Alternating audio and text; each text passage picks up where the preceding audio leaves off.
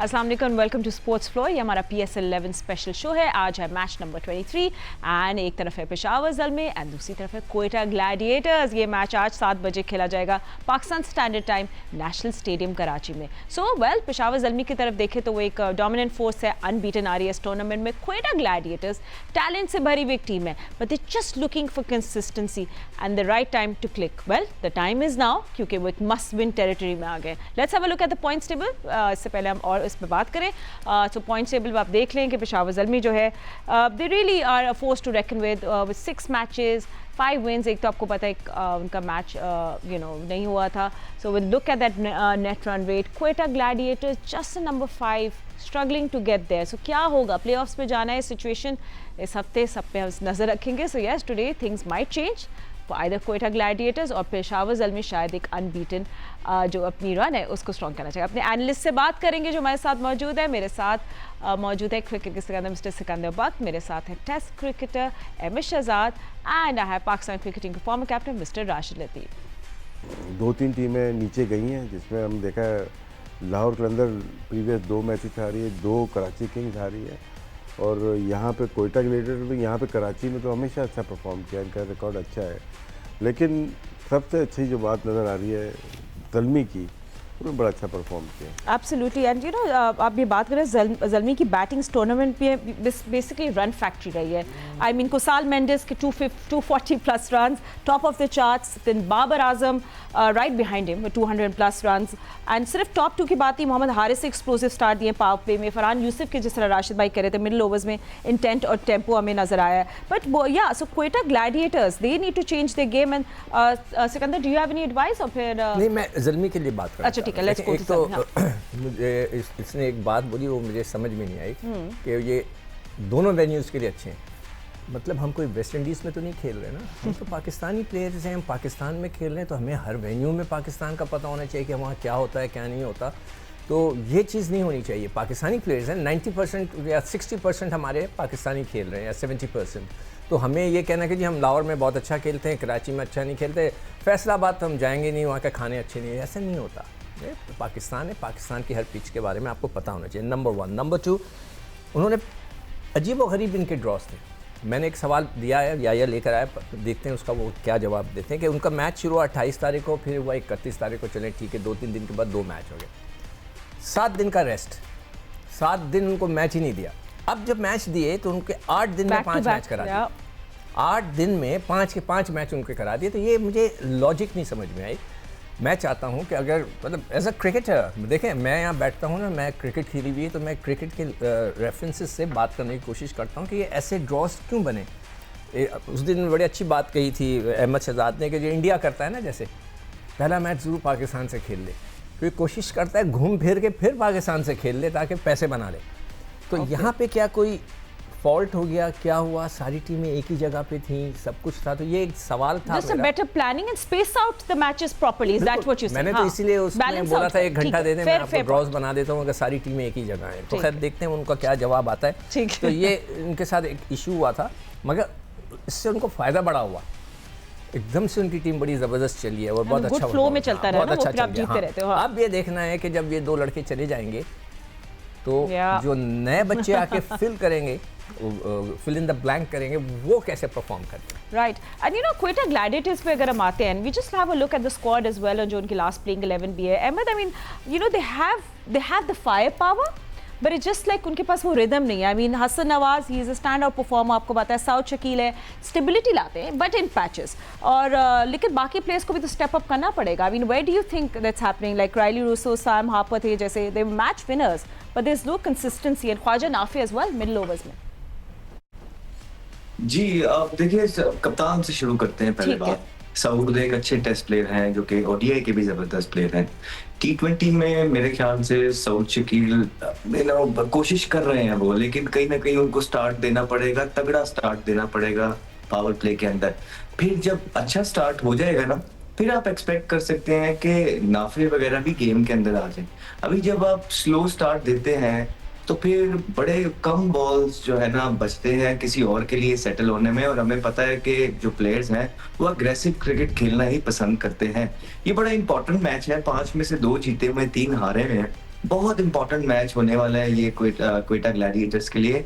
Hopefully ये अपनी गलतियों से सीखे, क्योंकि इनके पास हसन नवाज जैसे मैच विनर मौजूद हैं, और जिन नंबर्स पे वो खेल रहे हैं, हर रोज वही प्लेयर नहीं करेंगे, सबको थोड़ा थोड़ा करना पड़ेगा, ऐसे टीम खेलना पड़ेगा। फिर बिल्कुल ठीक बोला है सिकंदर भाई ने, उन्होंने बोला है कि पेशावर ज़ल्मी का ये देखना पड़ेगा कि जो 2 इनके मैच विनर्स थे, जो बल्क ऑफ द रिस्पॉन्सिबिलिटी उठा रहे थे पेशावर ज़ल्मी की, जब वो नहीं होंगे तो अब कैसा पेशावर ज़ल्मी खेलेगा। अभी तक सारी चीजें अच्छी हैं, बड़ी जबरदस्त कैप्टनसी देखने को मिल रही है, क्योंकि जब आप जीतते हैं सो ऑब्वियसली आपकी तारीफ होनी चाहिए। हार पे सारा जब इल्जाम आप पे आता है, तो जीत पे भी आपकी। बाबर आजम ठीक है, हाँ उनके प्लेइंग स्टाइल को लेके जरूर बात हो सकती है, वो खुद इतनी क्रिकेट खेले में है, उनको अपने करियर का ज्यादा पता है कि वो किस तरह की परफॉर्मेंस करेंगे तो पाकिस्तान टीम में उनका चांस बन सकता है। लेकिन अगर वो समझ रहे हैं या उनको ये लगता है कि वो 40 बॉलों पे 43 वाली क्रिकेट ही खेलेंगे और यही उनका आगे फ्यूचर है, और इसी तरह वो, तो ये थोड़ा सा अपने करियर के लिए पाकिस्तान के लिए उनको मुश्किल हो जाएगा अभी तक, क्योंकि कुसाल मेंडिस जो है वो बहुत जबरदस्त फॉर्म के अंदर है, तो वो चीजें छुपा रहे हैं। और ये देखना होगा कि अब ये कमबैक किस तरह करते हैं बच्चों के साथ, अली रजा के साथ। और वो जा लाहौर कलंदर की बात है, देखें बड़ी जबरदस्त, बहुत जबरदस्त अच्छी टीम बनी, लेकिन शुरू के जो 3 बल्लेबाज हैं वो 3 पोजीशन बैटिंग के अंदर, वो हमने पहले दिन बोला था कि यार नहीं ये समझ नहीं आ रही है, आप अभी तक लोगों को ऑब्लाइज कर रहे हैं। और फिर पिंडी देखें, एक अच्छी टीम, मिसाल है कि एक जबरदस्त टीम बनी। मुझे लगता है कि पिंडी की अगर आप टीम देखेंगे तो एक बहुत प्रोफेशनल टीम पिक हुई हुई है, लेकिन अंदर लड़ाना, जिस तरह बाबर अपनी टीम को लड़ा रहे हैं इस दफा पीएसएल के अंदर, उस तरह रिजवान शायद उस तरह की फॉर्म के अंदर, उस तरह के कॉन्फिडेंस के अंदर नहीं है कि वो पिंडी की टीम उस तरह लड़ा पाए। तो इसी तरह सऊद के लिए भी है आज का मैच कि सऊद किस तरह की कैप्टनसी करते हैं, सऊद किस तरह की बैटिंग करते हैं, और दूसरी तरफ बाबर के लिए ये है कि क्या बाबर आजम अपने जो गेम प्लान है पावर प्ले के अंदर, बैटिंग के अंदर, वो चेंज करेंगे या उसी तरह खेलेंगे। प्लस वो जो 2 प्लेयर्स जा रहे हैं वो क्या 2 फास्ट बॉलर लाएंगे या एक स्पिनर ऐड करेंगे, कॉम्बिनेशन देखने वाला। सो ऑल इन ऑल एक जबरदस्त मैच होगा। हम भी देखना चाहेंगे कि ये मैच में सऊद किस तरह की बैटिंग और लीड करते हैं, और बाबर आजम किस हिकमत अमली से पावर प्ले के अंदर खेलते हैं, और कौन से 2 चेंजेस करते हैं जो उनकी टीम में आएंगे। 2 players. I throw that to you Rashid भाई, क्योंकि 2 डिफरेंट कैप्टनसी हम देखेंगे। ऑब्वियसली बाबर आजम का कॉन्फिडेंस स्काई हाई इस वक्त, Saud Shakeel just somewhere in the middle in a thick soup must win territory में। मगर जैसे अहमद ने बोला, what 2 changes can they bring in? Zalmi का ये है कि रिसोर्सेज सबके पास इक्वली हैं, यूज़ कौन प्रॉपरली कर रहा है। ज़ल्मी बहुत अच्छा यूज़ कर रहा है, उनका ये नहीं है एक ही टीम जीतते हुए आ रहे हैं वही प्लेयर नहीं खेल रहे हैं, वो टीम के लिहाज से कम्बिनेशन अपना चेंज किया उन्होंने। और फरहान यूसुफ को जिस तरह इन किया, मिडिल ऑर्डर चाहिए था इनको, नीचे समझ को किया, तो उन्होंने पर्पजली किया। पहले शुरू में एरन हार्डी को उन्होंने खिलाया, जो कि उन्होंने डायरेक्ट साइनिंग की थी। तो ये अपने 11 या 12 प्लेयर के ऊपर डिपेंड नहीं कर रहे, ये अपनी बेंच स्ट्रेंथ को टेस्ट किया है। मुझे हैरत हुई थी जब इफ्तिखार को इतना अच्छा खासा महंगा लिया था, क्योंकि हम चाह रहे थे हमें इफ्तिखार मिले। शुरू के मैचेस नहीं खिलाए, फिर कराची में आते ही 4 आउट कर गया वो, दायरे में या कहीं आउट चेंज द गेम, तो यूटिलाइज किया उसने। फिर अचानक से इसलिए कि मेंडिस बहुत पावरफुल प्लेयर है, जिस इवेंट में वो चलता है वो टीम ज़्यादातर जीतना शुरू। श्रीलंका की जो ज़्यादातर जीत थी वो उसके ऊपर डिपेंड करती थी। अनफॉर्चुनेटली कुछ मैचेस में वो पिछले श्रीलंका में परफॉर्म नहीं कर पाया, तो वो बाहर हो गए। लेकिन यहाँ पे कम्बिनेशन अच्छा है, यहाँ पे बहुत ज़्यादा पावर हिटिंग की ज़रूरत नहीं, प्रॉपरली आप बैटिंग करें। बाबर को कितना सपोर्ट, जैसे अहमद ने कहा, पूरी सपोर्ट मिल रही है उसको। यहाँ से मेंडिस खेल रहा होता है, वहाँ से वो स्ट्राइक को रोटेट कर रहा होता है, और जहाँ से उसको चौका मिलता है और वहाँ पे वो 100 रन 150 रन की पार्टनरशिप कर सकते हैं।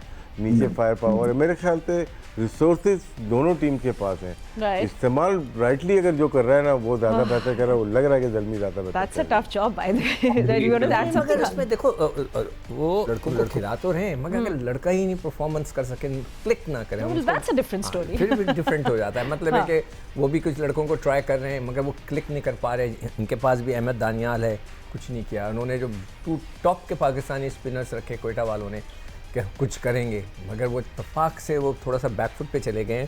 ना इब्रार कुछ कर पा रहा है उसको, और ना वो अपना उस्मान तारिक, उसको मैंने यूटी नाम रखा हुआ था कि आसानी हो जाए, यूटी हमारा।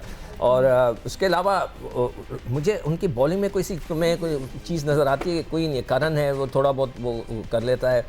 Due to what, जहांदाद खेला था एक बॉल, एक मैच खेला है वो उसने, मुझे बहुत प्रॉमिसिंग लग रहा था 2-3 साल पहले वो, कि जहांदाद जो है लेफ्ट आर्म फास्ट और आके बैटिंग करेगा, मगर वो बेचारा नहीं कामयाब हो सका। तो कोयटा की टीम इस वक्त मेरे ख्याल से वो रन्स भी मिडिल ऑर्डर में नहीं कर पा रही जिस तरह के उसको करना चाहिए, तो इसलिए वो फंसे हुए।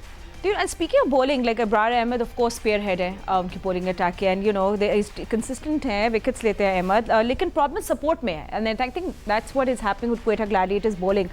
I mean, मैं देख रही हूँ अलजारी जोसेफ है, wickets हैं, मगर he's expensive, with Daniyal, Usman Tariq, especially death overs में, they need that control that we're seeing that मतलब it's missing. देखिए, क्योंकि क्वेटा ग्लैडिएटर से मैंने भी काफी क्रिकेट खेली है, सबसे इम्पोर्टेंट चीज तो उनको ये करनी होगी जो शायद पास्ट में नहीं कर पाए, कि उनको हार के अपना जो ड्रेसिंग रूम का या होटल में जो अपना डिसिप्लिन है या जो सारा एक इमेज है या जो माहौल है वो खुश रखना पड़ेगा। प्लेयर्स को आप लीग क्रिकेट में ज्यादा क्रिटिसाइज नहीं करते हैं, ठीक है, आप उनको उठाते हैं। फिर उनका आपका ये कि पिछले दिनों राशिद भाई भी एक बात कर रहे थे कि कुछ कप्तान इस तरह के भी होते हैं कि जिनको आप बेस्ट बॉलिंग की दुनिया की दे दो ना, तो वो उनको इस्तेमाल सही तरीके से नहीं कर पाते लोग। तो अभी देखें, सऊद शकील के पास ये दो दुनिया के बेहतरीन बॉलर हैं, और मैं समझता हूँ कि उस्मान तारिक एक बहुत जबरदस्त बॉलर है, ठीक है। इब्रार ने तो प्रूव ही कर दिया ना सारी चीजों को, तो उनको सऊद यूटिलाइज कैसे कर रहे हैं, किन सिचुएशन में कर रहे हैं, उनसे क्या बातचीत हो रही है, ठीक है, उनको रन ऑन द बोर्ड मिल रहे हैं कि नहीं, ये भी बड़ा मैटर करता है। तो इसलिए मैं कह रहा हूँ कि जिस तरह मैंने रिजवान की बात की ना, कुछ टीमें हैं जिस तरह हैदराबाद की, राइट, उनकी टीम ऑन पेपर्स भी अच्छी नहीं लग रही, ऐसा लग रहा है कि उनकी टीम में कमियां रह गई हैं कहीं ना कहीं, और वो ग्राउंड के अंदर भी नजर आ रही हैं। फिर कुछ टीमें हैं पिंडी जैसी, जो ऑन पेपर बड़ी जबरदस्त टीम लगती है आपको सिलेक्ट हुई हुई, लेकिन ग्राउंड में अंदर कप्तान जब आपका अमंग्स द रन्स नहीं है, सही तरीके से यूटिलाइज नहीं कर रहा है, तो आपको नजर आता है कि वो इस टाइम बेचारे एक जीत भी नहीं सके। इसी तरह सऊद शकील टीम को, अपने प्लेयर्स को किस तरह यूटिलाइज करता है, अंदर सिचुएशंस को किस तरह रीड करता है। एक कप्तानी होती है बाहर से जो है ना, आपने लिख के भेज दिया कि उस्मान तारिक जो है ना 12वां ओवर करेगा, 16वां करेगा, 13वां करेगा, अबरार ने 8वां करना है, 9वां करना है। एक होता है कि कप्तान खुद गट फीलिंग के साथ उनको यूटिलाइज करे और फिर लीड करे अपनी बैटिंग के साथ, फिर मजा आता है जिन्हें। तो देखना ये पड़ेगा कि सऊद शकील इन दो अच्छे बॉलर्स को किस तरह यूटिलाइज करता है गेम के अंदर, that will matter a lot. All eyes on Saud Shakil today. We're going to take a quick break. Come back after the break. अभी हम देख रहे हैं sports special show. We'll see you in just a moment. Don't go anywhere.